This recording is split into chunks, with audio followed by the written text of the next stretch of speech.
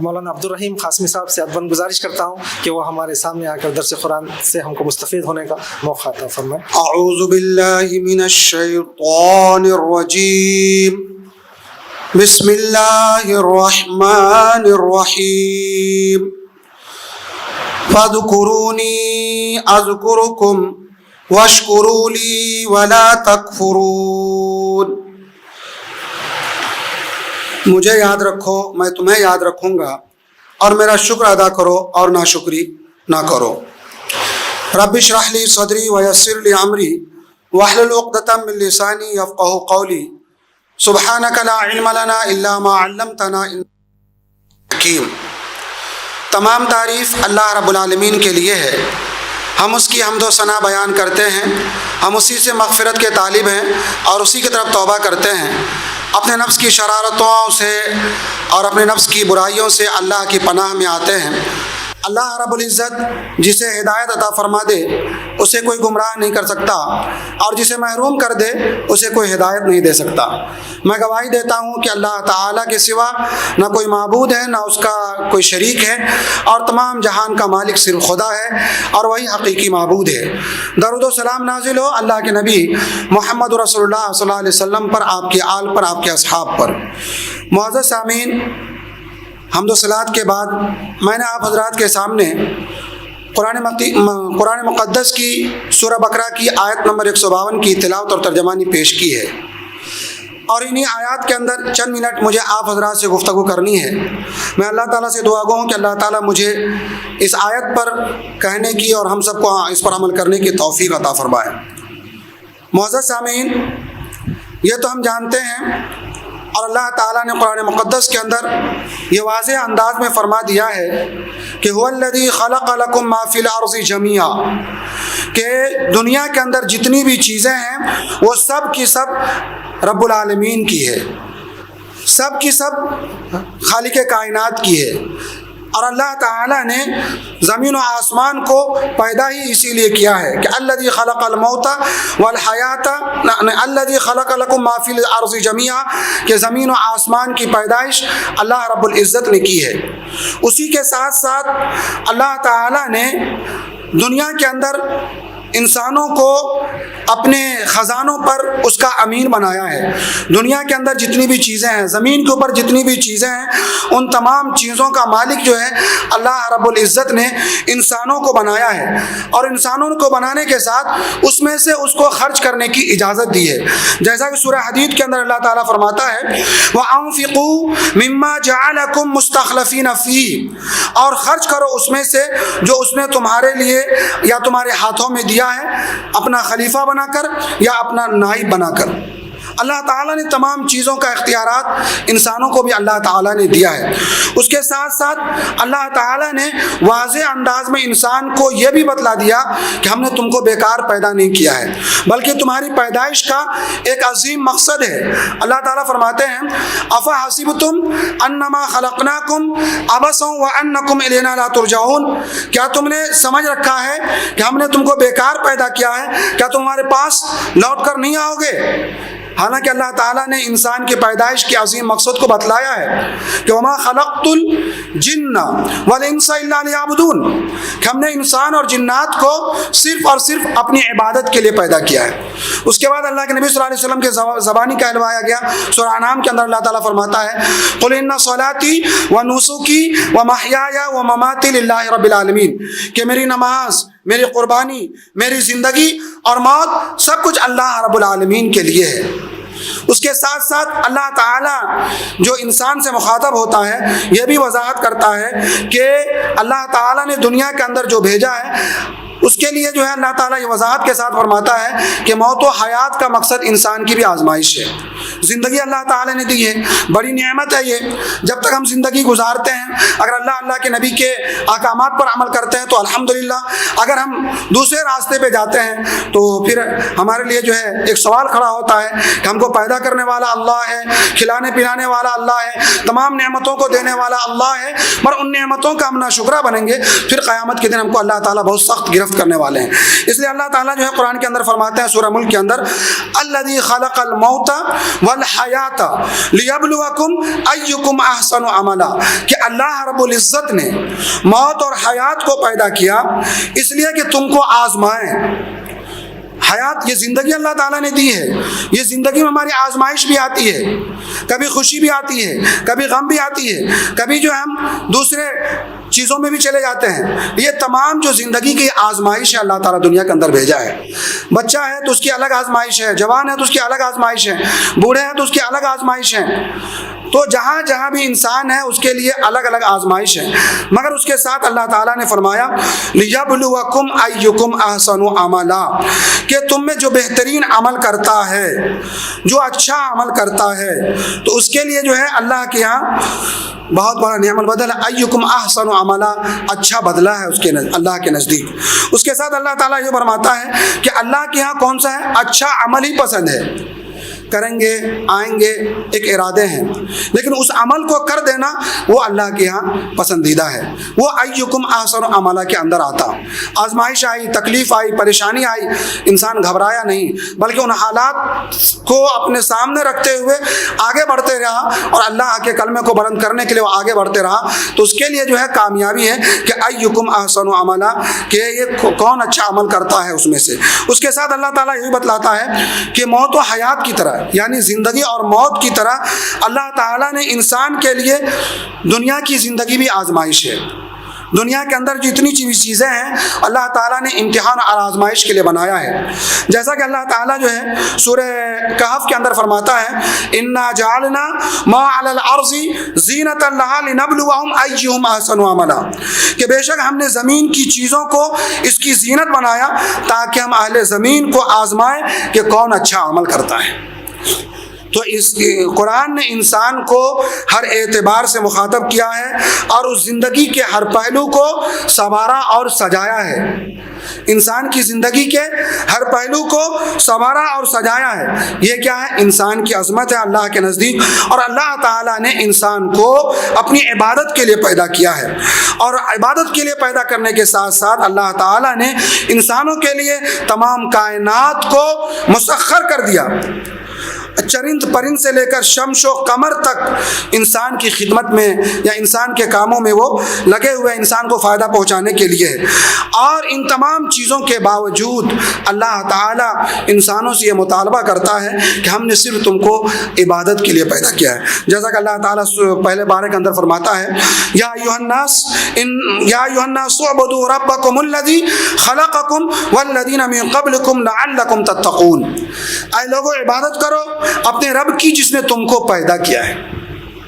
اللہ تعالیٰ نے کہا اے لوگوں عبادت کرو اس رب کی جس نے تم کو پیدا کیا ہے اور تم سے پہلے لوگوں کو پیدا کیا ہے شاید کہ تم ڈرو۔ تو اللہ ایسا نہیں کہ اللہ تعالیٰ نے صرف ہم کو ہی پیدا کیا، بلکہ ہم سے پہلے جتنے بھی لوگ تھے تمام لوگوں کو اللہ تعالیٰ نے پیدا کیا، اور ان سے مطالبہ یہی تھا کہ تم اللہ تعالیٰ کی عبادت کرنے والے بن جاؤ۔ تو اللہ تعالیٰ نے میں جو آیت ابھی آپ کے سامنے تلاوت کی فاذکرونی اذکرکم واشکروا لی ولا تکفرون، یہ آیتیں ہم سے اور آپ سے یہ مطالبہ کرتا ہے کہ جب ہم اللہ رب العزت کو یاد کریں گے اس کے بعد ہی اللہ رب العزت ہم کو یاد کریں گے۔ آج دنیا کے اعتبار سے ہم کتنا پریشان ہیں، معیشت کے اعتبار سے پریشان ہیں، سیاست کے اعتبار سے پریشان ہیں، گھریلو اعتبار سے پریشان ہیں، بچے پریشان ہیں، کیا کیا کہ مسائل ہیں جس کو بیان نہیں کیا جا سکتا، لیکن ان تمام مسائل کا حل ہم کو اللہ کی طرف رجوع ہونا ہے۔ جب تک ہم اللہ کی طرف نہیں آئیں گے ہمارے مسائل حل ہونے والے نہیں ہیں۔ اس لیے اللہ رب العزت نے فرمایا فاذکرونی، تم مجھے یاد کرو۔ دنیا کا معاملہ بھی یہی ہے بات کہ آپ کہیں کمپنی میں یا کسی جگہ کام کرتے ہیں تو اس کا آپ گن گاتے ہیں، اس کے بارے میں آپ تعریف کرتے ہیں، ان کے تمام چیزوں کو آپ بروئے کار لاتے ہیں تاکہ ہم کو کمپنی سے نہ نکالے، تاکہ اس کام سے مجھ کو دور نہ کرے، تاکہ آپ کی زندگی کے اندر جو ہے سکون اور اطمینان ہو۔ لیکن ہمارا معاملہ یہ ہے کہ جس نے ہم کو پیدا کیا، تمام چیزوں سے نوازا، ہم اس کو یاد کرنے کی طرف نہیں جاتے ہیں۔ تو اللہ تعالیٰ نے کہا فاذکرونی، تم مجھے یاد کرو، اذکرکم، میں تم کو یاد کروں گا۔ اس پوری کائنات میں اگر سب سے اہم بات کا تذکرہ ہو میرے دوستو تو اللہ رب العزت کی یاد ہے، اور اللہ رب العزت سے ہمارا جو تعلق ہے وہ استحضار کا ہے، یعنی اللہ رب العزت ہر جگہ موجود ہے، ایسا نہیں ہے کہ کہیں ہے کہیں نہیں، بلکہ ہمارا عقیدہ اور ایمان ہے کہ اللہ رب العزت ہر جگہ موجود ہے، اور اللہ رب العزت کا جو ذکر ہے وہ سب سے بڑی چیز ہے۔ اللہ تعالیٰ نے قرآن مقدس کے اندر فرمایا وَلَذِكْرُ اللَّهِ أَكْبَرُ، کہ اللہ رب العزت کی یاد سے کوئی بڑی چیز نہیں ہے۔ کیوں؟ کہ اللہ ہمارا خالق ہے، اللہ ہمارا مالک ہے، اللہ ہمارا پالنہار ہے، اللہ ہمارا رازق ہے، دنیا کے اندر ساری نعمتوں کو دینے والا ہے۔ اللہ تعالیٰ فرماتے ہیں وَإِن تَعُدُّوا، کہ اگر تم اللہ کی نعمت کو شمار کرنا چاہے لا تحصوها، تو اس کو شمار نہیں کر سکتے، اس کو گن نہیں سکتے۔ یعنی اللہ تعالیٰ نے ہم کو اور آپ کو اتنی نعمت دیا ہے، اگر ہم ان نعمتوں کو گننا چاہے تو اللہ تعالیٰ نے پہلے کہہ دیا کہ تم نہیں گن سکتے، شمار کرنا چاہے تو شمار نہیں کر سکتے۔ اللہ تعالیٰ ہی موت دینے والا ہے، زندگی دینے والا ہے، قبر میں منزل کو آسان کرنے والا ہے، میدان حشر میں سوال و جواب کرنے والا ہے، جنت اور دوزخ کا فیصلہ کرنے والا ہے۔ اس لیے اللہ تعالیٰ مومنوں سے کہتے ہیں یا ایھا الذین آمنوا اذکروا اللہ ذکرا کثیرا، اے ایمان والو اللہ کو زیادہ سے زیادہ یاد کرو، اللہ کو زیادہ سے زیادہ یاد کرو۔ ہم دن بھر میں جو ہے اپنی فیملی کو بھی، بچوں کو، اپنے دوست کو، احباب کو، رشتہ دار کو جہاں کام کرتے ہیں ان کو یاد کرتے ہیں، اور یہ ہمارا فرض بنتا ہے کہ ہم ان کو یاد کریں، کیونکہ ہم کا میرا اور آپ کا ان سے تعلق ہے، محبت ہے، الفت ہے، اس لیے ہم ان کو یاد کرتے ہیں۔ لیکن اللہ رب العزت یہاں فرماتے ہیں کہ پوری دنیا میں، پوری زمین پر سب سے زیادہ تم مجھے یاد کرو، والذین آمنوا اشد حبا للہ، اللہ تعالیٰ نے کہا کہ والذین آمنوا اشد حبا للہ، کہ جو اللہ رب العزت پر ایمان رکھتا ہے وہ سب سے زیادہ اللہ کو یاد کرتا ہے، جو اللہ رب العزت پر ایمان رکھتا ہے وہ سب سے زیادہ اللہ رب العزت کو یاد رکھتا ہے۔ یہ آیت ہم سے اور آپ سے مطالبہ کرتا ہے، اور محاسبہ بھی ہم کو کرنا چاہیے کہ اس آیت کی روح سے ہم کتنا اللہ رب العزت سے محبت کرتے ہیں۔ جب ہم ایمان کے دعوے دار ہیں، رسول اللہ صلی اللہ علیہ وسلم کے سنت کے پیروکار ہیں، پھر ہمارا ایمانی معیار کیا ہے؟ ہم کن معاملات میں اللہ تعالیٰ کو اپنا بناتے ہیں اور کن معاملات میں اللہ تعالیٰ سے اپنے آپ کو دوری اختیار کرتے ہیں؟ ہماری زندگی دیکھیے کس معاملے میں ہے، شادی بیاہ کا معاملہ ہو یا دوسری چیزوں کا معاملہ ہو، اس میں ہم کہاں اللہ تعالیٰ کو یاد رکھتے ہیں؟ ہمارے گھر میں جو ہے بدعات اور خرافات کا رسم و رواج زور و شور سے ہوتا ہے، لیکن ہماری کیا اس کی طرف توجہ ہوتی ہے؟ ہمارے گھر میں خواتین جو ہے اللہ تعالیٰ کی طرف یا ان کی جو ہے اللہ تعالیٰ قرآن یا دوسری چیزوں کی طرف توجہ نہیں دیتے، کیا ہماری ذمہ داری نہیں ہے؟ تو اللہ تعالیٰ نے قرآن مقدس والذین آمنوا اشد حبا للہ، کہ جو اللہ رب العزت پر ایمان رکھتا ہے وہ سب سے زیادہ اللہ رب العزت کو یاد کرتا ہے۔ تو ہمارا فریضہ ہے کہ ہم سب سے زیادہ اللہ رب العزت کو یاد کریں۔ اس کے ساتھ ساتھ اللہ تعالیٰ یہ فرماتے ہیں کہ فویل للقاسیۃ قلوبہم من ذکر اللہ، کہ جو لوگ اللہ رب العزت کو یاد نہیں کرتے اور جن کا دل سخت ہو گیا ہے، اس کے بارے میں اللہ تعالیٰ نے فرمایا فویل للقاسیۃ قلوبہم من ذکر اللہ، ہلاکت ان کے لیے جن کے دل اللہ کے ذکر سے سخت ہو گئے۔ ہم اللہ رب العزت کا کھاتے ہیں، پیتے ہیں، تمام چیزوں یوز کرتے ہیں، لیکن ہم جب اللہ رب العزت کو یاد نہ کریں تو بتائیے کتنی سخت وعید بھی ہے کہ فویل للقاسیۃ قلوبہم من ذکر اللہ، ان کے دل کو اللہ تعالیٰ سخت کر دیتے ہیں۔ علامہ ابن قیم رحمۃ اللہ علیہ نے ایک جگہ لکھا ہے کہ ہر چیز کو روشن کرنے والی کوئی نہ کوئی چیز ضرور ہوتی ہے، اور دل کو چمکانے کے لیے، دل کو روشن کرنے کے لیے اللہ کا ذکر ہے۔ ہمیشہ اللہ رب العزت کو یاد کرتے رہنا چاہیے۔ حسن بصری رحمۃ اللہ علیہ کے پاس ایک شخص آیا اور انہوں نے عرض کیا کہ میرا دل جو ہے بہت سخت ہو چکا ہے، اور پتھر کی طرح میرا دل سخت ہو چکا ہے۔ حسن بصری رحمۃ اللہ علیہ، مجھ کو کوئی راستہ بتلائیے تاکہ میں اس کو کچھ کر سکوں۔ حسن بصری رحمۃ اللہ علیہ نے فرمایا کہ اللہ کے ذکر سے وہ پگھلا دو۔ جب انسان کا دل سخت ہو جاتا ہے تو زیادہ سے زیادہ اللہ رب العزت کو یاد کرنا چاہیے۔ آج ہمارا معاملہ یہ ہے کہ ہم دنیاوی زندگی میں زیادہ دور دھوپ کرتے ہیں، بھاگتے ہیں، فکر میں رہتے ہیں، لیکن کبھی کوئی اجتماع ہو یا کوئی دینی مجلس ہو یا کوئی اللہ تعالیٰ کی طرف بلانے والا ہو تو ہم ان کی باتوں کو، اس کی طرف توجہ نہیں دیتے ہیں۔ حالانکہ جب بھی کوئی پیغام دیا جاتا ہے ہم کو، اس موقع پر ہزار کام ہمارے سامنے آ جاتے ہیں، لیکن اس موقع پر ہم کو چاہیے کہ ہم کو اللہ کی طرف جانا چاہیے۔ ان چیزوں کو ہم بعد میں بھی ادا کر سکتے ہیں، یہ مواقع بار بار نہیں آتے۔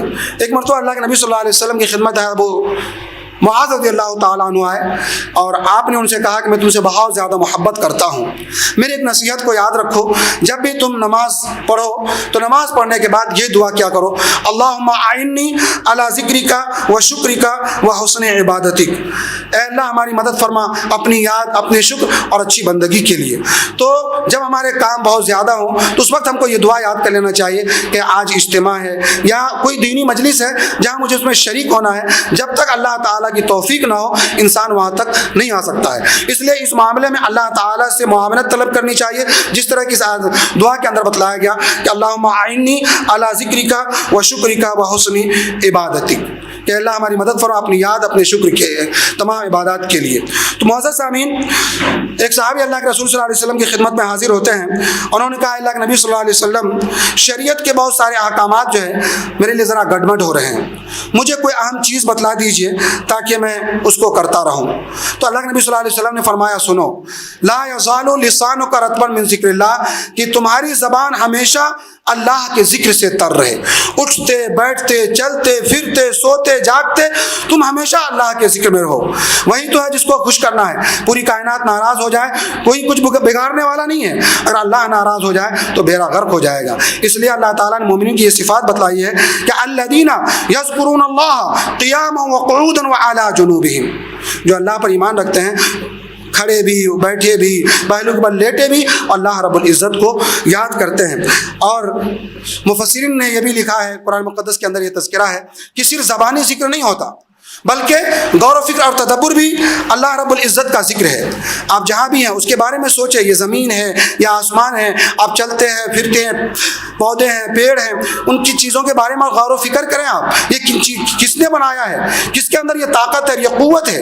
اللہ تعالیٰ فرماتے ہیں وَيَتَفَكَّرُونَ فِي خَلْقِ السَّمَاوَاتِ وَالْأَرْضِ، کہ زمین و آسمان کی پیدائش پر اور اس کی تخلیق پر غور و فکر کرو، سوچو یہ کیا ہے، یہ کس کے لیے بنایا گیا ہے، انسانوں کے لیے ہے، انسانوں کو سوچنے کے لیے اللہ تعالیٰ نے حکم دیا ہے کہ وَيَتَفَكَّرُونَ فِي خَلْقِ السَّمَاوَاتِ وَالْأَرْضِ۔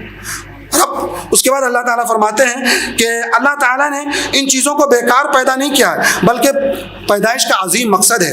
سبحانک فقنا عذاب النار، اللہ تعالیٰ کی ذات تو پاک ہے، ہماری سب کی خواہش یہ ہے کہ اللہ ہم کو ان عذاب جہنم سے بچا لے۔